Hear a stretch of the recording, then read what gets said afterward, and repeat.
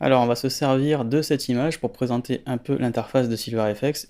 Évidemment, on ne le refera pas après, on va être purement dans la pratique. Donc en gros, SilverFX, si vous connaissez la Nik Collection, vous ne serez pas surpris puisque c'est une interface commune maintenant qui a été parfaitement unifiée avec la Nik Collection 6. Tous les plugins ont été réécrits depuis le rachat à Google par DxO, et donc maintenant on a une interface unifiée. Donc cette interface unifiée, c'est sur la gauche des panneaux avec en général les pré-réglages. Ensuite, vous avez d'autres panneaux qui vous permettent de voir les dernières modifications, de voir l'historique, de voir des réglages personnalisés. Bref, on verra ça en moment voulu. Donc ici, évidemment, j'ai pas de pré-réglage appliqué, à part celui qui est par défaut, qui est un réglage neutre. Et vous voyez que quand je clique sur oui, évidemment, il se passe rien, puisque c'est celui qui est en réalité appliqué par défaut. C'est-à-dire, en gros, rien du tout. Juste une conversion. Alors, il y a quand même quelque chose qui est appliqué, évidemment, hein. À savoir, on prend l'image en couleur et elle est convertie. Vous voyez que si je fais un avant-après, le avant-après commence à partir de la conversion en noir et blanc, évidemment. On ne voit même plus l'image en couleur. Donc sur la droite, on va trouver une loupe qui nous affiche en fait les pixels que l'on survole.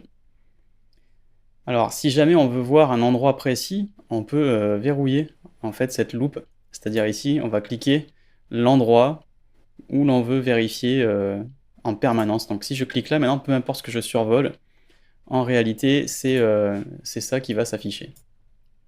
Et vous avez ici un petit avant-après qui se fait, donc c'est assez bien vu. C'est-à-dire que s'il y a un détail vraiment super important de votre image, bah vous pouvez le voir en permanence à la taille 100% là-haut, avec un mini avant-après, que vous pouvez contrôler. Ça vous évite de remettre le nez dessus à chaque fois dans la fenêtre, donc c'est quand même plutôt bien vu. On a ensuite un histogramme avec un survol.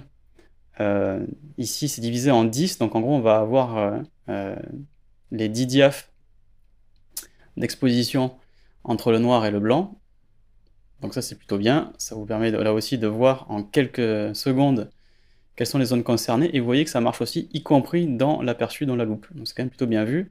On va pouvoir activer les pixels ici, les ombres coupées, donc pixels écrêtés, c'est-à-dire en gros ce qui est bouché dans les noirs, ce qui est bouché dans les blancs. Vous voyez qu'il y a quelques pixels bouchés dans les blancs, pas beaucoup. Et il faut savoir qu'on en a déjà récupéré hein, par rapport à l'image d'origine. On en aurait eu plus si on avait utilisé l'image d'origine non optimisée. On peut voir cet histogramme là ici sur le L, c'est-à-dire la luminance. On peut voir aussi le RGB. Évidemment, comme il y a eu une conversion avec depuis la version couleur, c'est forcément pareil. Ici, vous avez les trois canaux.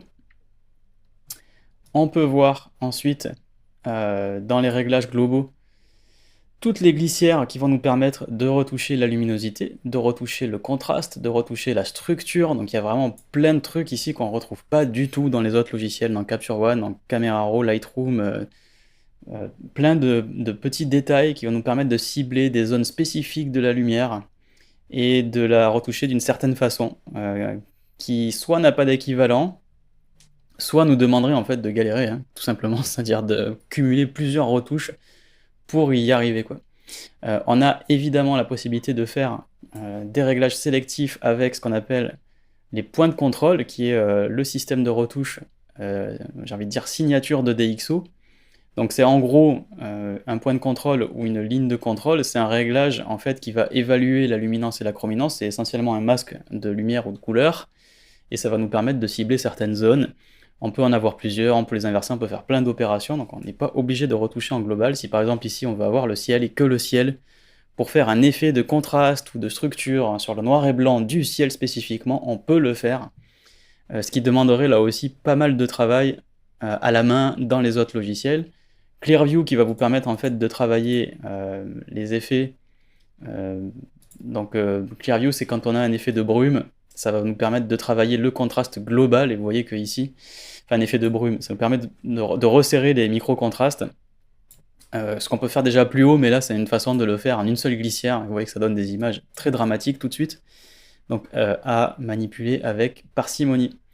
Donc ensuite on a les filtres couleurs, qui nous permettent en fait de développer le noir et blanc en fonction des couleurs d'origine.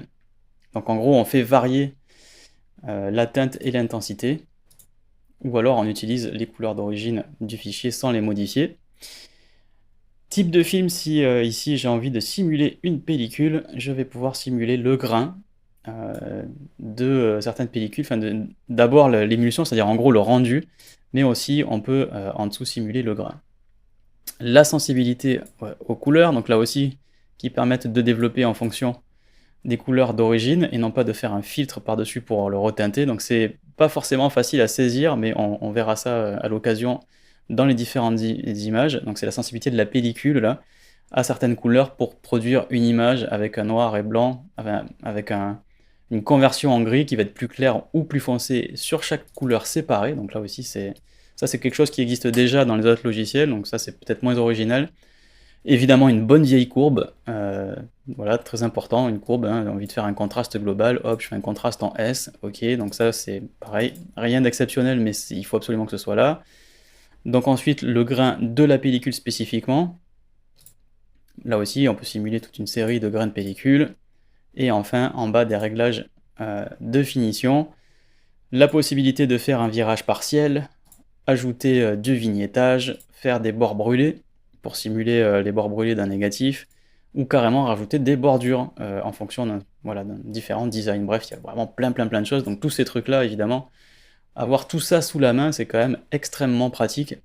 Euh, et encore une fois, on a vraiment toute une série de réglages pour contrôler finement son noir et blanc, que l'on ne trouverait pas dans les autres logiciels, en tout cas pas facilement, il faudrait cumuler des trucs les uns sur les autres, enfin voilà, on peut toujours tout faire hein, dans Photoshop, si on réfléchit par exemple par rapport à Photoshop, Photoshop sait tout faire, mais là on va déployer des efforts dans Photoshop, alors qu'ici on a tout sous la main, spécifiquement pour ceux qui aiment faire du noir et blanc, donc c'est quand même plutôt confortable.